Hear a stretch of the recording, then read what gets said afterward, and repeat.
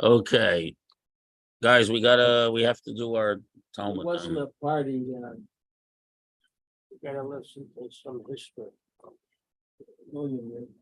Okay. You want it? We're on 61A. If you want to put it up, Michal, I'll share a screen directly from your. Mark Twain also said. You Okay. go to Rabbi, working on it. the climate, Good morning. you go to hell for the company. My father-in-law was selling knew him. And he was a good guy. He never got a single dirty. Mitchell Berlin.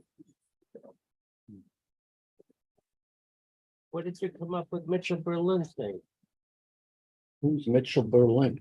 According He's a to member of our show, Bob, huh? was also very generous to the show. That's what Bob says, according to Hey, Mitchell. Bob. I guess we According got to two of us. Okay, there we are. Very good. I'm gonna put it up, share a screen, and we'll get started. According to Mitchell Berlin, So we are on A1. 60A. We're learning about Adam Rishon's tail. He gave His tail, he had a a tail. Shohan. According to one opinion. Oh my. Yes, sir. who, Eddie Boland? Mitchell Berlin gave One opinion doesn't count. Rabbi, I had a few days ago 60B. Right, we're 61A. I'm sorry. Oh, 61A. I'm sorry. Okay. 1A, sorry.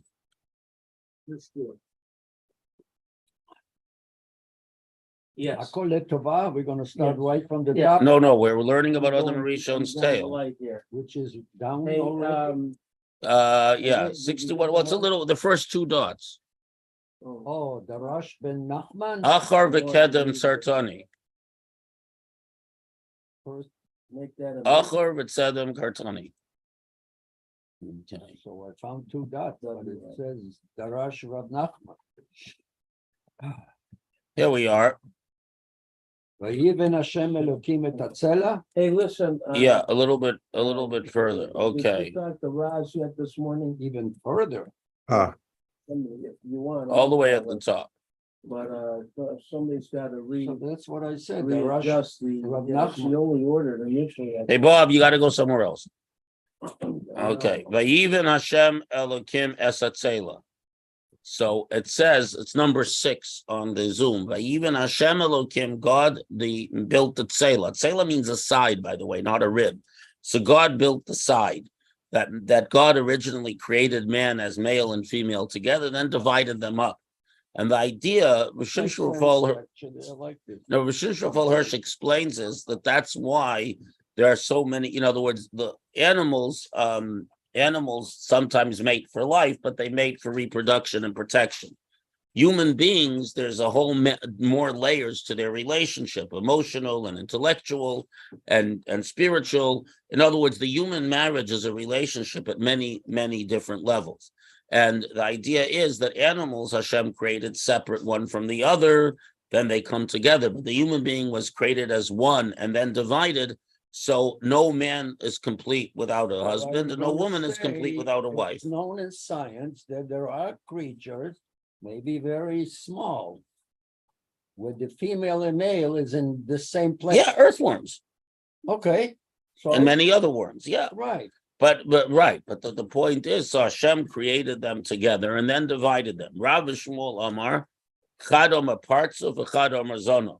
We came from the worm. Well, who said? According to What's the famous- Torah, What's the famous Chazanah? yeah, well, that's not a worm. That's that your end is the worms. The worms will eat you. That's a separate thing. Why would you say create it together? You created man first. No, Then you no, created because the woman. before. So the issue is that there's 2 accounts of the creation of man: a short one and a long one in Breshit. Yes. You read it every year in the Torah. Yeah. You read it a bunch of times because you There read are it. 2 You read it creations. Simchat Torah, right? So what happened was first it says Zachor Nekeva Bar, male and female, he created them. Then it is a much longer story how he created Adam and put a sleep on him, and then he built Salem. He's not a rib, but a side out of him, and made her into William, if I could trouble you, do you mind putting my milk back in the fridge? That's right there on the table, so it spoils quickly. So, Rav Shmuel, thank you, William. Rav Shmuel Chadam Apartzov, one says it was a side, V'chadam Arzonav, and one says it was a tail. He translates one of the ribs, but it means that either she was the Chadam and Chava were two beings divided into one, or that Chava was attached to Adam. Now, what this means biologically, I have no idea, but spiritually, the concept is that Hashem originally created them as a single being and then divided them, and therefore the purpose of marriage is that they once again become a single being with a single purpose. Again, human marriage exists at many more layers, much greater depth than mere reproduction and mere nest building. So what's with this? Zanav? Well, that's earlier. That's earlier. That why is that? It says by Yitzhak, where God forms man, there's two yuds. So we want to know why there are two yuds. So one opinion was the Yetzer Tov, Yetzer Hara, but we're further down the page now. And the other opinion is because Hashem created man and woman together and then split them up. Bishlei Milmandama Partzov. They already told me. They by the way, that's why Rivka Slonim was she styles herself a Hasidic feminist. She says that's why men are much more worried, are typically much more worried about their dignity and have much more fragile egos than women. Why? Because man was created from the earth, and he's always worried that he'll be treated like the earth. Woman was already created from another human being, so she knows her value, and therefore her ego is not so fragile. Just tried to convince me. I would like to contest that statement that a woman's ego is not as fragile as a man. I wouldn't say it's more fragile, but the women I've known, their egos are pretty well intact. Yeah, because their egos are intact because they're confident. They're created from a man. They know their value. The fact is that men are much easier to insult than women, and men are much more like. As far as that goes, my experience is it's just the opposite. Women, in my experience, women take themselves much more serious than men do. Right, they take themselves seriously, but how often do women shoot each other over an insult? Men kill each other over insults all the time. Women have much more. You're right. Women are much more secure. Women have a much stronger sense of self-worth than men do. In my experience. I think we should. Well, Give them. all right, But look, this isn't Torah. This is merely the statement of a speaker that I know who happens to be a very smart woman. You don't have to accept it, but I do observe that men tend to react much more violently and strongly to an insult to their ego than to women. I think that women do probably have much more of an intrinsic sense of, shall we say, their self-worth than men do. That's because of their it's. I don't think it's worth arguing about. No, because again, it's not something written in Torah. It's an observation that someone made in the 21st century. Take it or leave it. You know what I mean?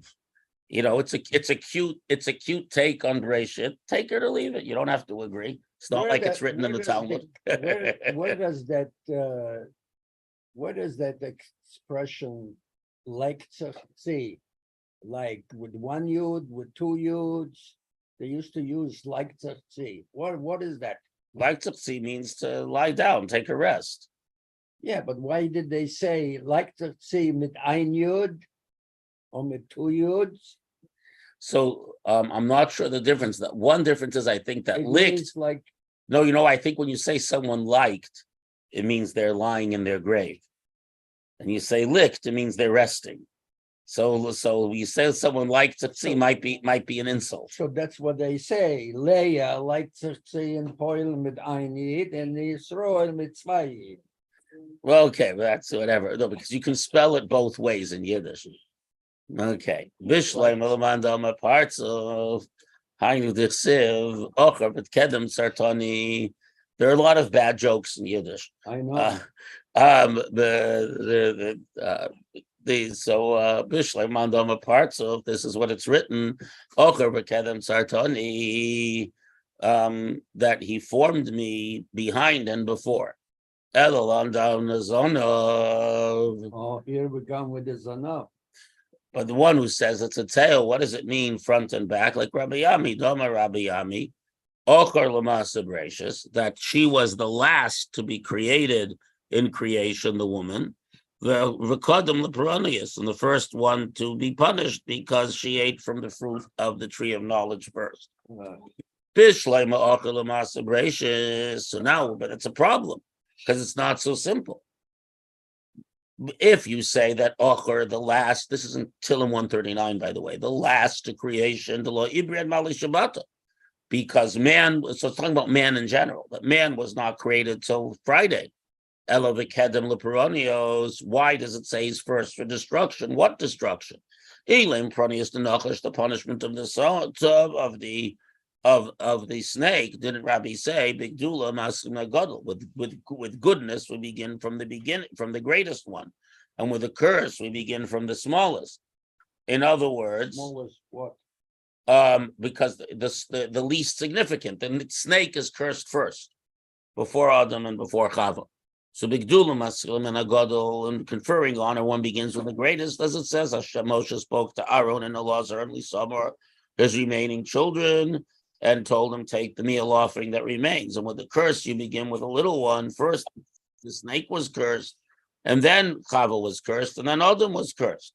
So why do you say that the human being is created first for trouble, last in creation, and first for trouble? Ella paramios the mabul, the destruction of the mabul. The ksiv, as it says, that God plotted out everything that lived upon the face of the earth, from man till beast. First man, then beast. So we see that man was created last and destroyed first in the flood, in the great flood. Are we already, did we say already by Daber Moshe and Aaron? What happened? Well, we're getting there. Yosela, don't jump ahead. מן הגדול בכלל מתחילים מן הקטן בגדולה, מתחילים מן הגדול. Yeah. I thought it was. I thought that's what we are doing. Okay, so now we're going to learn more about Adam and Chava. Bishlam Adam apart. So now we're going back to the question of Vayetzer, the Yitzhar that God created but using two yuds. So according to the one who says that there were two sides, that's what says Vayitzer with two yuds. But the one who says that she was an appendage of Adam, not a separate being, my Vayitzer, why a double yud, which indicates equality. Could Rabbi Shimon ben Pazi? This follows Rabbi Shimon ben Pazi. The Rabbi Shimon ben Pazi said, "Oili mi yotzi, oili mi yitzri." Woe is to me for my creator, woe is to me for my inclination. In other words, if I listen to my evil inclination, my creator will be upset with me. And if I listen to my creator, I have to fight my evil inclination. So there's two yuds that are constantly struggle, the inclination and the creator, because it is sometimes painful to do the right thing. So Bishloma, now we're going on. So again, let's understand. So what we're saying here is, and we can talk about the other ramifications of this another time, but what the basic meaning of the text over here is as follows: that either Adam and Chava were created as two equal entities that were somehow merged. The other is that Chava was like a clone. In other words, she was taken, a tail, an appendage, and she was taken from Adam and built into a female, some genetic engineering. So in other words, were they two equal entities merged, or one entity later created from the second? That's what the tail means. Parts of, according to the one who says that it was a complete face, a complete side, it created the male and female. That it was just an appendage that was later built into a full person. What does it mean? Zocher nekeva bara, male and female. like Rabbi Avo says. The Rabbi Avo Rami, Rabbi Avo says it's written Zachar Nekeva Bar, male and female who created them, and it's written in the image of God. Man was made it. And okay, so how does this work? But originally God decided to create one entity, a little bit two, and in the end he only create one. In other words, Hashem planned on having male and female, but he created one person that would incorporate both at the beginning. So now, once again, the question is, So we come from a worm. Mishlom of the Mandomer parts of the one who says it was a parts of, that it was a face, a side. That's what it says, and he closed up the flesh under it, because you divided it in two. You have to close up the cut. But the one who says Zonav, what does it mean? He sealed flesh under it. Rabbi Yirman, other Rabbis only for the place of the operation, the place where the genetic material was removed. Now, Bishlom Amandoma Zonov, we go the other way. According to the one who says that it was an appendage, it's written Ve'yiv, he built, because you have to build a whole person out of that little bit of meat, that little bit of genetic material.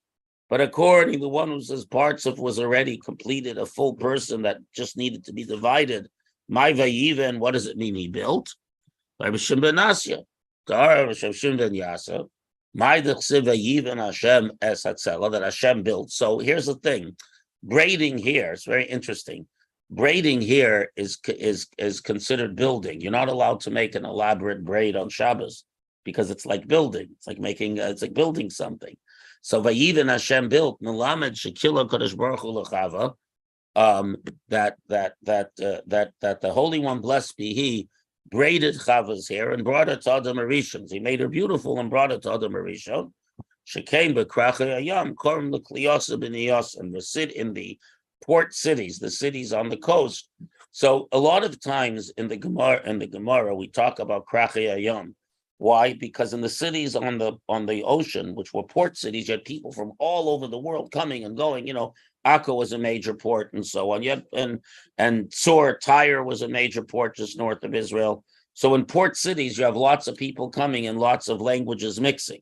So they acquired like their own language, like you see, like in England, the port towns where lots of sailors coming from all over the world. Like if you look at the language in the 17th, 18th, 19th centuries, people live in the ports almost couldn't understand the people lived inland because they spoke a different language. It was a combination. It's like, it's like any place where lots of people come together, like the language, like in New Orleans, they had a mixture of English and African and French, the Creole, So a lot of times the Gemara, the Mishnah will talk about Krachei Hayam, the cities on the ocean, which refers both to cities in Israel, but also cities like the North African ports, the Italian ports. In other words, not that far as Italy, but like in what's today Turkey, Asia Minor. In these places, they spoke Aramaic, but they spoke it in a different way. So in the cities of the sea, the port cities, they called Kliyasa braid Biniyasa a building. So in other words, that when Hashem divided Adam for Chava, he brought her completely. He did her hair for her, that she should be beautiful to Adam. And it's an interesting idea, because what we're saying here is that the fundamental nature of that a person should appreciate their spouse at every level is from the very beginning of creation. So That Hashem wanted to make her beautiful in Adam's eyes. A very interesting idea, actually. So, in a comment, creating in the image of Hashem, how would you apply it in this case? So the question of what the image of Hashem means is many things. The Targum says a speaking spirit, that human beings can communicate by speech. Others say it's the intellect. Others say that the human being, is the only one that walks completely upright. And that and that's with the head completely on top of everything else. And that's the idea that Hashem creates the world with wisdom, and the human being is guided by wisdom. There's a lot of explanations, say Hashem's image.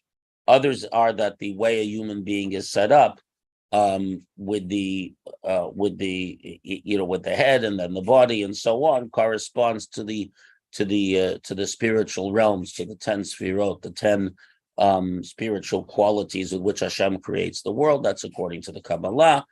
And another explanation of being created in Hashem's image is that every animal has its instincts and its qualities and its nature. The only being that completely transform its nature, the only being who can truly change their behavior and their inclinations and their emotions and their beliefs by the application of their mind, because the only being that can be everything is the human. Yeah. And the only being who completely control their environment is the human. So just as God created the world, we can perfect and lift up and control and improve the world. That's why we rest on Shabbat, just like Hashem rested from creation. So we're creative in a way like God is creative. We can be everything. A human being can encompass all possible states of being and personality, just like God encompasses. So there are certain ways in which we are a little bit like God. You can ask the question, why did God created the human to begin with? What was wrong until then? He should rule over the whole world. The answer is that Hashem wanted a partner. In other words, Hashem wanted that there be a being that could deny his existence and would of its own free will chooses existence. In other words, as I always say, and this is based on Hasidic thought, right now we're talking logic. So God could have made the world differently, logic, but God chose to need us. God doesn't need us. He chose to need us. What do I mean? That the one thing, what's the one thing Hashem cannot do? He cannot deny his own existence, right? But Hashem created a being who could deny his existence, but nevertheless can choose to recognize that I am nothing but a creation of Hashem. I am nothing but Hashem's energy. And that choice to acknowledge that there's no reality other than God of our own free will, when we could deny it, is the one thing that was missing from creation. And that's what, did Hashem have to need this? But Hashem chose to need us. But that's where this whole comes by saying God created us to finish creation. Yeah, lasot, to finish, of course. And this is that's exactly my point. That whole b'shamayim u'ba'aretz. This is we have a responsibility to make Hashem a dwelling place in this world, and we do it by improving the world and making the world a dwelling place. And that's why I quoted this recently in a Facebook post that the Mezritcher Magid said, the second leader of Hasidism, that a klein lechel in guf is a greis lechel in neshama, that a little hole in the body is a big hole in the soul. In other words, that in order to properly serve Hashem, we need to be healthy, we need to have sustenance, we need to have parnasah, and so on. But the purpose is to make Hashem a dwelling place, to use that parnasah, to use that health, to daven and to learn and to give tzedakah and to teach our children and to have a Jewish home and so on. The purpose is to make a vessel and then fill that vessel with godliness. But their purpose also is because if we don't educate ourselves and all, we become very destructive. Very true. Absolutely. Absolutely. And that's what it says. Woe is to me for my Yetzer Hara. We just read in the Gemara. A very important piece of Gemara. This. Woe is to me for my creator. In other words, yes, self-discipline is hard. Doing the right thing is hard. Following the mitzvot of the Torah is hard. So that's the woe to me for my Yetzer. But if I listen to my evil inclination, woe to me for my creator, I destroy my whole purpose of creation. And the purpose of creation is to make Hashem a dwelling place. But part of that is, as we read in this week's parsha, it's very interesting. I'm going to talk about this. I'm going to talk about this in my drasha. It says, it says, guard your lives. Now, guard your lives is actually a statement about avoiding idol worship. But the sages use it to explain that one must take care of one's health and welfare and the environment around them, that it's safe and so on. Yeah. So what's the connection? What's the connection? The connection is that one cannot one cannot serve Hashem without making a proper vessel, and we'll talk about this on Shabbat. Anyways, we're going to conclude here, but I just want to say the next piece we're going to learn Well, the Gemara wants to know why it says Hashem built, and we're going to explain that Hashem built the woman to be most capable and able to bear and nurture children. Which is one of which is yeah. So made it to look like a pear, right, yeah, but one of the narrow on top, yeah, and and what wider on the bottom. no, but one of the key point is that male and female is something fundamentally created to be male and female, and the reason the biology is different is because together we form a whole, and I think the really important lesson we're going to see from here is that Hashem designed every person physically and spiritually for their role. So the same way that a woman cannot say, why do I not have the upper body strength of a man? Because Hashem designed them differently.